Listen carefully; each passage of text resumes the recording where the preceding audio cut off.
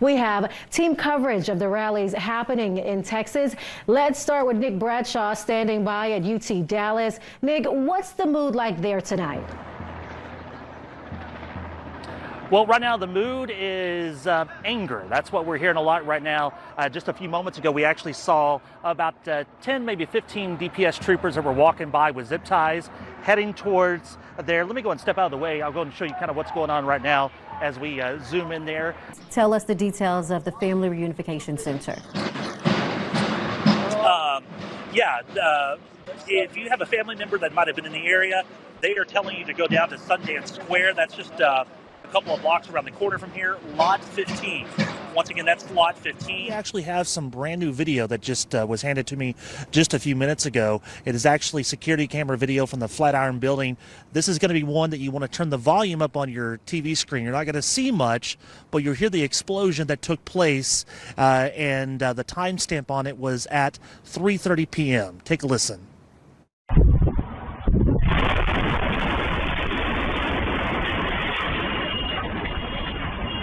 Well, as you can tell, lots of wind and lots of rain. We actually just spoke with the police just a moment ago. They have told us that there's been several transformers that have been blown in the area. Also a fear of flooding like you've been talking about. In fact, we had to leave the original area that we were going to broadcast from because of that flooding. It was starting to come on the street, and so we took refuge here. I also spoke with two friends who were actually trapped in the tornado down I-35.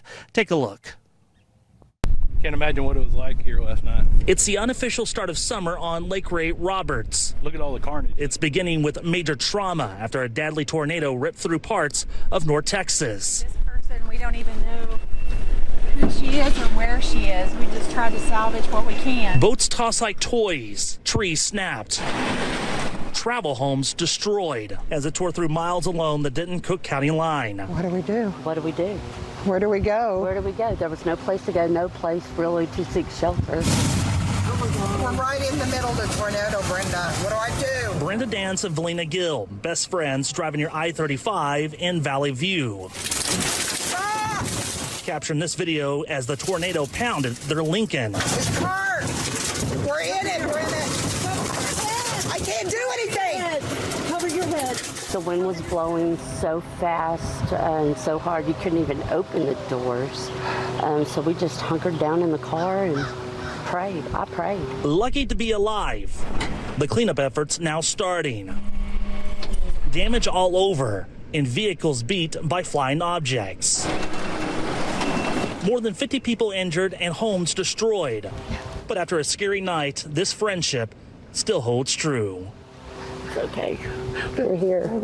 In Denton County, Nick Bradshaw, Spectrum News 1. We'll never let you die. Gaza, don't you cry. Gaza, don't you cry. Early Wednesday morning, around 100 students set up camp on the campus of University of Texas at Dallas. 40,000 people dead. Pro-Palestinian students tell us they want the university to stop investments into companies like Lockheed Martin, General Dynamics, and others based here in North Texas. And it is time for us to take back our campus.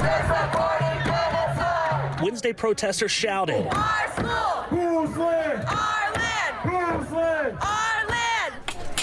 and blocked this part of the school, saying that they're not leaving. And at the end of the day, our goal is actual divestment. Is for UTD and UTIMCO to sell their shares in companies that are like supplying weapons for the genocide.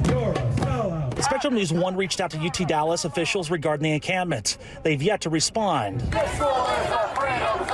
allowing this group to express themselves as a few UT Dallas police officers stand guard, monitoring the situation. And in the past 7 months, we have definitely engaged more directly, had walkouts, had protests, had clearer, louder demands, and have mobilized the student body to show that like this is what students want. The students do want divestment. I came out here because I wanted to see what was going on and then show my support to Jewish students on campus. Not all on campus were in favor. This young man showed up to the encampment. Free Palestine! The occupiers call it the Gaza Liberation Zone. They've been under a lot of assault. He's standing for the victims in Israel. Stemming the October 7th attack, obviously, when Hamas came in and murdered, raped a bunch of people.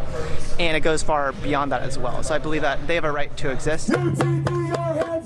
As the day continued at UT Dallas, Free our people, free them all. more people joining this group who plans to stay as long as they can. UTD, you will In Dallas, Nick Bradshaw, Spectrum News 1. We didn't know what to do, so we even thought about maybe even fixing this house, but there's no way. We first met Christopher Landros after a tornado in Valley View destroyed his family's home. At the time, he had one request. What do you want people to know? Oh, we just need help. We need help with money. That's all we can only do is probably just get back to work. That's just our main goal, get back to work and just start building up again. His childhood home once looked like this. This was my parents' room. Now, after 135-mile-per-hour winds, My brother's room. this is what's left. I was 19, I had my own business. The 19-year-old's tools and work trailer for his fence building company are gone. I didn't have any insurance on them or my trailers. Days later, tears traded for a smile. Wow. With debris still scattered up and down the road. How you doing, man? For the first time, Christopher meets Jace Payne. Sorry about everything, buddy. Y'all doing Thanks, okay? man. He made the 2-hour journey from Waco after hearing about his family's struggle towards recovery on Spectrum News 1. Seen y'all's video about wanting to get back to work and all that, and that's why we're here. Trailer is pretty much brand new. Got toolboxes here. Out of compassion, Payne donated a work trailer and tools, but most of all, hope. No, I'll pay you back, man. No, you don't owe me anything. You take care of your family. I mean, that's all we want. I'm proud of you. Let's pull this out here. Now using these tools not only for his livelihood, Here's all your oil for your neighbors and everything. but in hopes to help his community. All our neighbors were nice. Now hooking up the work trailer that's his, while Jace watches in tears, It's heartbreaking. proving that a Texas tornado can't wipe that Texas compassion away. Plans to expand and upgrade the stockyards for more Texans to enjoy. Dustin Foster hard at work here at Western Legacy, custom making cowboy hats. The people here is what makes it home. After working years in the oil field, Fort Worth is now home. But I'll tell you, I get more people that enjoy being here because it feels like home. Working each day here at the Fort Worth Stockyards. It's safe to call him a cowboy. Definitely. I'm a little bit cooler.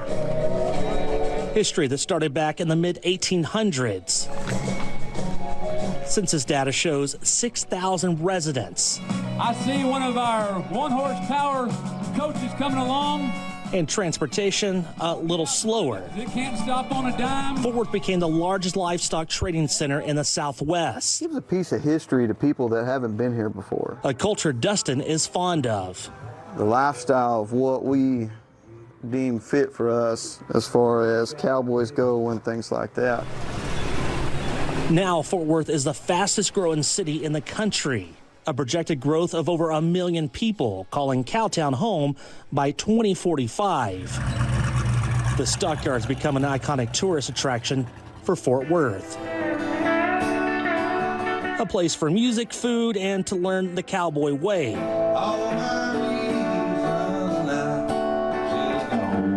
Fort Worth City Council passed a $1 billion tax incentive. The project will nearly double the stockyards, adding retail space, nearly 300 multifamily housing units, 3 hotels, and a parking garage. Down here, we want you to feel like you're part of our family. But Dustin does have a fear. We all come from different regions, different places. The one thing that people from the stockyards and people that work in the stockyards that we are worried about is defacing what it's about. He believes it's all about family, history, and educating generations to come on the heritage of the West. I've been a Texan my whole life. Fort Worth City Council says it plans to keep its heritage, but expand for the future. Being able to have that $1 billion deal, but not change what it represents is the best part. Dustin hopes a place he enjoys will teach culture, and a finished project is what it's all about. In Fort Worth, Nick Bradshaw, Spectrum News.